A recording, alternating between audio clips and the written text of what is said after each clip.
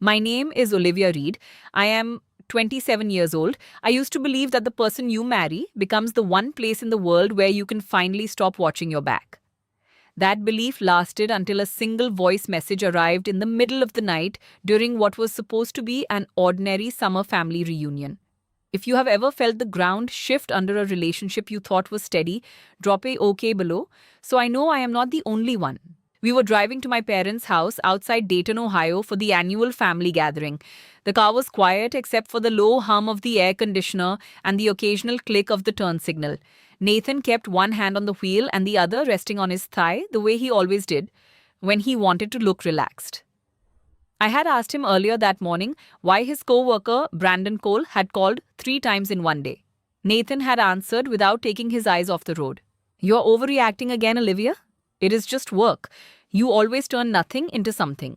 His voice stayed even almost kind, the same tone he used when he explained that I had misunderstood a bill or misread a calendar invite.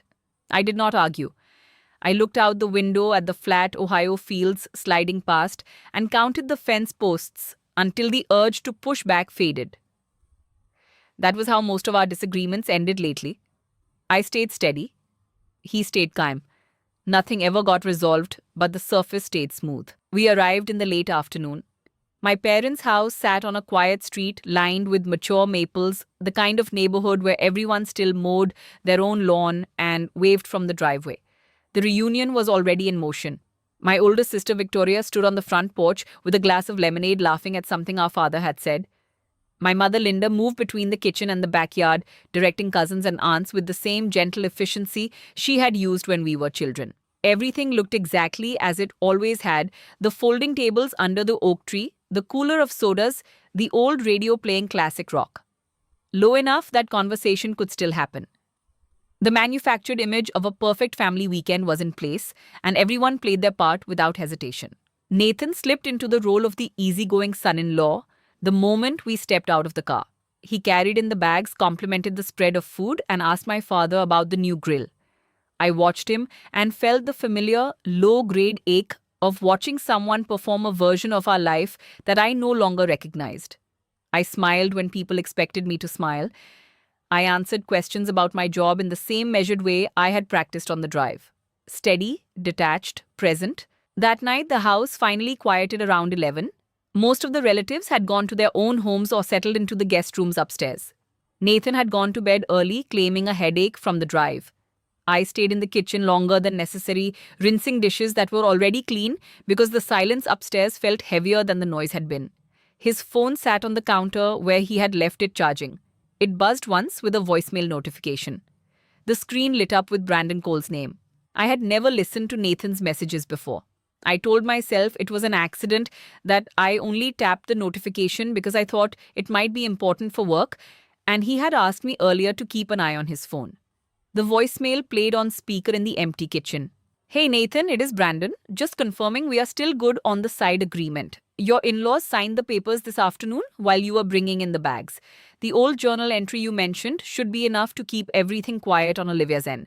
She does not need to know the details. We split the upside once the transfer clears. Call me tomorrow when you have the final numbers. Do not let her start asking questions again." The message ended. The kitchen stayed exactly as it had been, the hum of the refrigerator the only sound. I stood there with my hands still damp from the dishwater and replayed the message once more, then a third time. Each word landed with the same flat weight. There was no raised voice, no dramatic music, no sudden realization that made the room spin. There was only the calm recording of two men discussing an arrangement they had made without me using my family's signatures, and something called an old journal entry to keep me from noticing. I set the phone back on the counter exactly where I had found it. I dried my hands on a towel that matched the ones my mother had used for 20 years. Then I walked upstairs, brushed my teeth, and got into bed beside my husband. He did not stir. I lay on my back and stared at the ceiling fan turning slowly above us. The blades moved in the same steady circle they had moved in every summer of my childhood. Nothing in the room had changed. Only the quiet between us had. The next morning, the reunion continued as if the message had never existed. My mother made pancakes. My father told the same stories about his army days. Victoria showed everyone photos from her latest trip. Nathan helped set up the folding chairs and laughed at the right moments. I moved through the day with the same calm I had practiced on the drive. I watched, I listened. I noted the small glances between my husband and my father when they thought no one was paying attention. I did not confront anyone, not yet. By late afternoon, the family friend Deborah Klein arrived with a tray of her famous brownies. She had known my parents since before I was born. She pulled me aside near the lemonade table while the others were busy with a game of horseshoes. I am so glad everything finally worked out with the arrangement, she said, her voice warm and confidential. Brandon seems like such a sharp young man. Your husband was smart to bring him into the fold. I know it was hard for you to let go of the old plans, but sometimes these things are better handled quietly. She patted my arm and walked away before I could answer. The words hung in the air exactly as she had spoken them. No drama, no raised voices, just another piece sliding into place. That evening, after most of the relatives had eaten and the sun had started to drop behind the maple trees, we all gathered around the long table in the backyard for dessert. My Uncle Henry sat at the far end, the same quiet man who had always slipped me extra cookies when I was small and never joined in the louder conversations. Nathan was seated beside my father. Brandon Cole's name came up once in passing when someone asked how work was going. Nathan answered smoothly that everything was on track. I reached into my bag and placed the folded pages of the old handwritten journal entry on the table in front of me. I had found it earlier that afternoon in the bottom drawer of my father's desk, right where the voicemail had said it would be. The ink was faded but still legible. It detailed a private agreement my parents had signed months earlier, giving Nathan and his co-worker authority over a small investment account that had once been set aside in my name. The language was careful and legal sounding. The intent was clear. I did not raise my voice. I simply slid the pages across the table until they stopped in front of my husband. Brandon left you a voicemail last night, I said, my tone as even as the ceiling fan that had turned above our bed. He mentioned this journal entry. I thought everyone might want to see it together. The table went quiet in the way only a family that has practiced being perfect can manage. Nathan looked at the pages, then at me. For the first time in a long time, the calm on his face slipped. My Uncle Henry was the first to speak. Olivia, he said quietly, read the last page out loud, if you would. I did. The words were simple. They described a private understanding that my contributions to the family would be redirected quietly to support a new business arrangement between Nathan and Brandon. My name appeared only once in a note that said I was not to be told because I would overreact. When I finished, no one moved for several seconds. Then my Uncle Henry pushed his chair back and stood. I signed nothing, he said, looking directly at my father. And I will not stand by while you pretend this was ever fair. A few heads turned. My older sister Victoria looked down at her plate. My mother's hand tightened around her glass. Nathan said nothing. The manufactured perfection of the weekend had cracked, not with shouting, but with the simple act of one person refusing to keep pretending. I remained seated. My hands stayed folded in my lap. The evening air was still warm. Somewhere down the street, a neighbor's sprinkler clicked on and off in its regular rhythm. I had not won anything dramatic. I had only stopped pretending along with everyone else. The rest of the night passed in low voices and sideways glances. Some family members asked quiet questions. Others found reasons to leave early. My husband did not look at me again until we were alone in the guest room. Even then, he only said one sentence before turning off the light. You are making this into something it is not. I did not answer. I lay on my side of the bed and listened to the same ceiling fan turn above us. The blades moved in the same steady circle they always had. Only the space between us had changed, and it would never go back to what it was before. The next morning, the house felt different, though nothing physical had moved. The same coffee maker hissed on the counter. The same plates sat stacked in the drying rack. Only the silences between people had grown heavier, and everyone seemed to notice without saying so out loud. I came downstairs first. My mother stood at the stove turning bacon with a pair of tongs, her back straight in the way it always was when she wanted to appear unbothered. She did not turn around when I entered the kitchen. Your father and Nathan are out back already? She said, her voice light. They're going over some numbers for that little project Brandon brought to the table. You should let them handle it. You have always been better at the quiet things anyway. I poured myself coffee and did not answer. The journal pages still sat on the sideboard where I had left them the night before. No one had moved them. That fact alone told me more than any conversation could. My husband came in a few minutes later. He poured his own coffee and stood across the counter from me, the same calm expression he had worn on the drive up. "You embarrassed everyone last night," he said quietly. "You're overreacting to a simple business conversation. Brandon is good at what he does. Your parents see that. I see that. You are the only one turning it into a problem." I set my mug down. The coffee had gone lukewarm already. "I listened to the message he left you," I said twice. Then I read the journal. It is not a simple conversation when it involves moving money that was supposed to stay in my name. He shook his head once the way he did when he wanted to end a discussion without raising his voice. "You're making this into something it is not again. We can talk about it later when you have calmed down." He walked out to the backyard before I could reply. I stayed where I was and watched the bacon curl in the pan. My mother kept her back turned. By mid-morning, most of the relatives had returned for the second day of the reunion. The folding tables were set up again. The radio played the same station. My older sister Victoria arrived with a fresh tray of muffins and a careful smile that did not quite reach her eyes. She pulled me aside near the garage while the others were busy with a game of cornhole. "I do not know what you think you heard," she said, keeping her voice low, "but Dad already explained it to me this morning. It is just paperwork. Nathan and Brandon are trying to help the family with an investment that could grow faster if it is managed by someone who understands numbers. You have always been too attached to old things. That is why they did not tell you right away." She waited for me to argue. I did not. I simply nodded once and walked away. She stayed where she was watching me go. Uncle Henry found me later in the afternoon. He had been quiet through most of the morning, the same way he always was at these gatherings. He motioned for me to follow him to the far end of the driveway away from the tables. "I read the last page of that journal after you left the table," he said. His voice stayed even the same steady tone he had used the night before. "Your mother asked me to sign something similar 2 years ago. I told her no then, and I am telling you now that I will not be part of this either. Nathan brought Brandon into it because Brandon offered him a cut. That is the whole agreement. Your name was never supposed to appear on anything because they knew you would ask questions they could not answer." He looked back toward the house once, then back at me.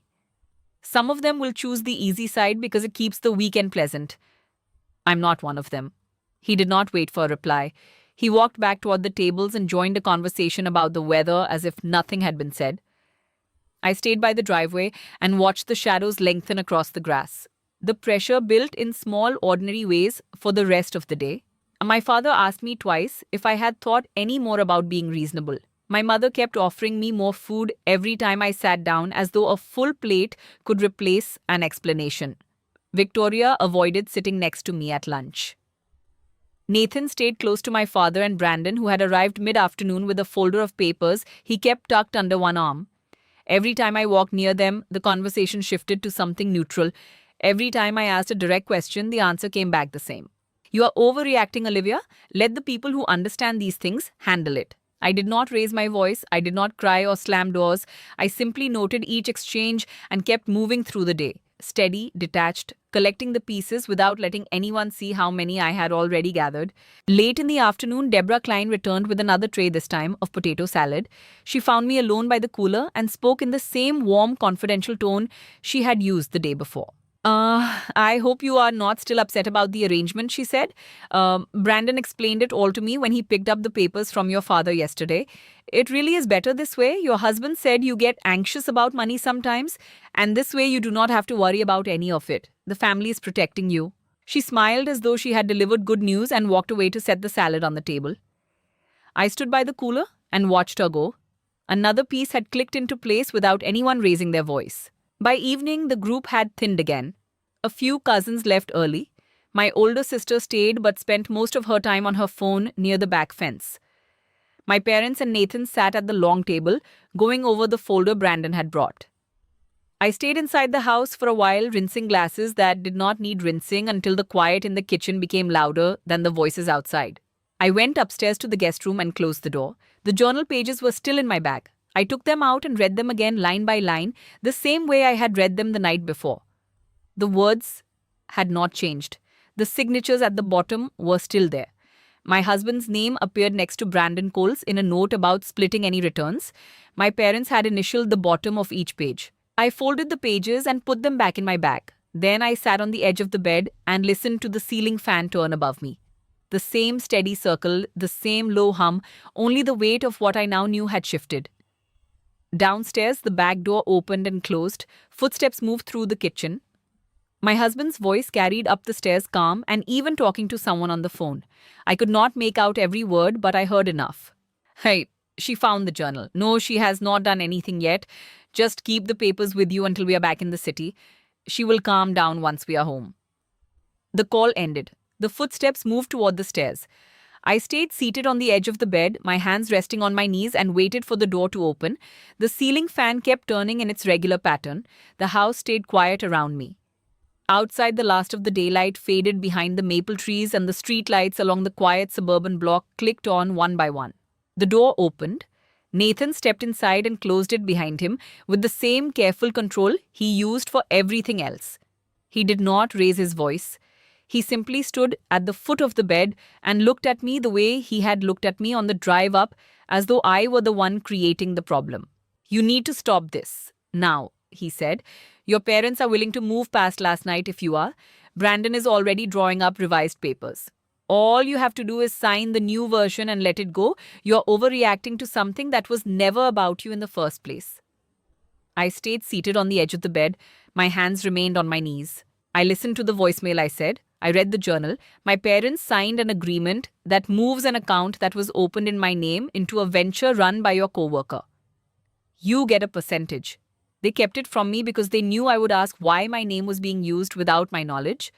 That is not nothing. He shook his head once, the same small motion he had used in the kitchen that morning. You are turning a business arrangement into a personal attack. Your family wanted to help. I wanted to help. Brandon has connections that can grow the money faster than any of us could on our own. You have always been too attached to control. That is why they did not tell you. I stood up. The movement was slow and deliberate. I picked up my bag from the chair and placed the folded journal pages on the dresser between us. "Then explain it to everyone tomorrow morning," I said. At the table, with the pages in front of them, if it is really that simple, there should be no problem showing the whole family what was signed and why my name appears only as someone who should not be told. He looked at the pages for a long moment. For the first time since the voicemail had played, the calm on his face shifted into something tighter. "You are making a mistake," he said quietly. "I already made the mistake," I answered. "I made it by assuming the person I married would not treat me like the rest of them did when they wanted something I was not supposed to question." He left the room without another word. The door closed with the same soft click it always had. I sat back down on the edge of the bed and listened to his footsteps move down the stairs. The ceiling fan kept turning in its steady circle above me. The next morning, the reunion continued as though the night before had been a minor disagreement that everyone had agreed to forget. Breakfast was served on the same folding tables. The same radio played low in the background. My mother moved between the kitchen and the yard with the same gentle efficiency. My father sat at the head of the table with a fresh cup of coffee and the newspaper open in front of him. Victoria arrived later than usual and took a seat at the far end without looking in my direction. Nathan sat beside my father again. Brandon Cole arrived shortly after 9 with a fresh folder in his hand. He greeted everyone with the easy confidence of someone who believed the weekend was still going according to plan.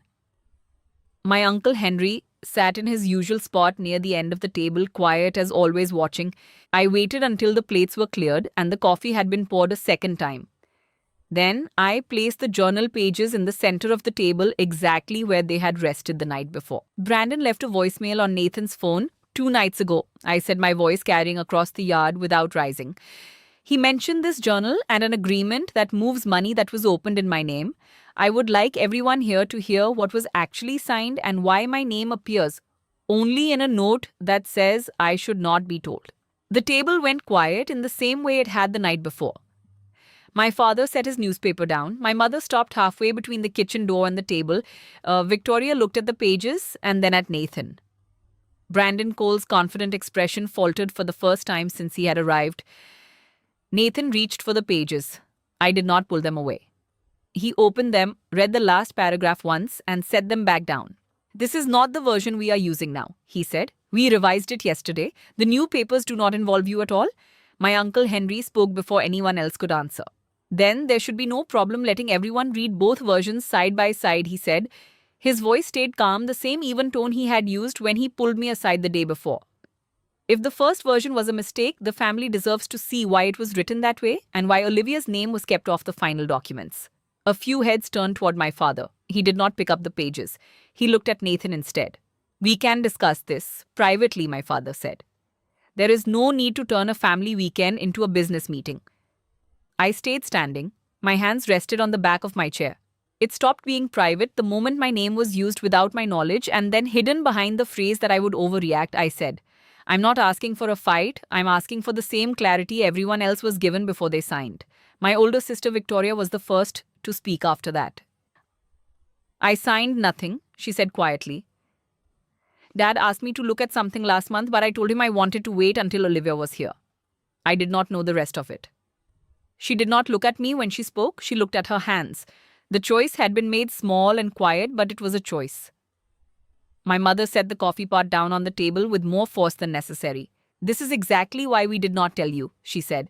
Her voice was still gentle, but the edge underneath it was clear.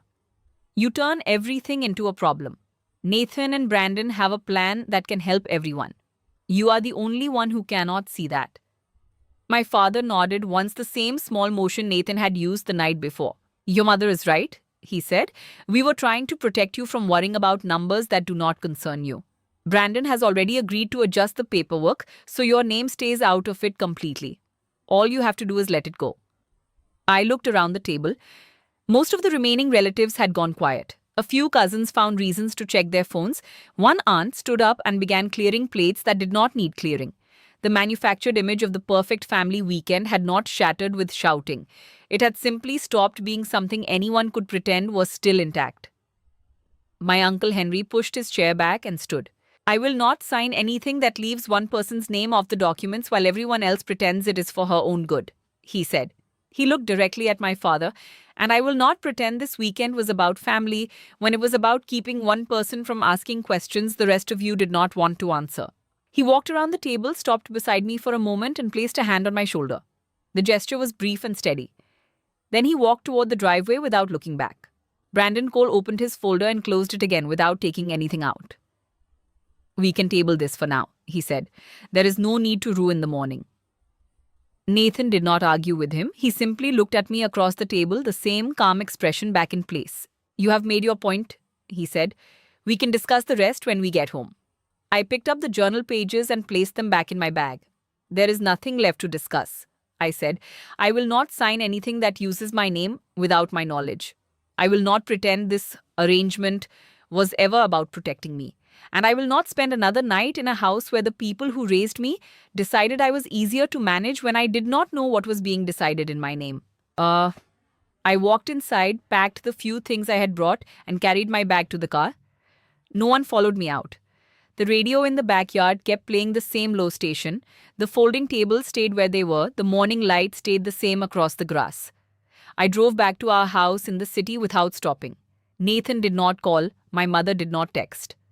The only message that came through was from my uncle Henry, 3 words sent an hour after I left. You did the right thing. 2 weeks later, the revised papers arrived in the mail with a note from Brandon Cole asking for a signature that would remove my name from the account entirely. I did not sign them. I took the envelope to a lawyer my uncle Henry recommended and had a letter sent instead. The letter stated that any agreement signed without my knowledge while using an account opened in my name would be contested. It also stated that I would not participate in any arrangement that required me to stay silent in exchange for being protected from the details. The deal between Nathan and Brandon did not go through. The account stayed where it had been. My parents stopped calling after the second week. Victoria sent one message asking if I was still upset. I did not reply. The everyday connection I had once had with them, on the casual texts, the holiday invitations that assumed I would come, the quiet assumption that family meant keeping the surface smooth, ended without any single dramatic moment. It simply stopped being something any of us pretended still existed. Nathan moved out 3 weeks after the reunion. He did not argue when I asked him to leave. He packed his clothes and the folder Brandon had given him and drove away on a Tuesday afternoon while I was at work. The house felt larger once he was gone, but not in a way that felt like relief. It simply felt like a place where I no longer had to measure every question against whether it would be called overreacting. I kept the journal pages in a drawer in my desk. I did not read them again after that first week. I did not need to.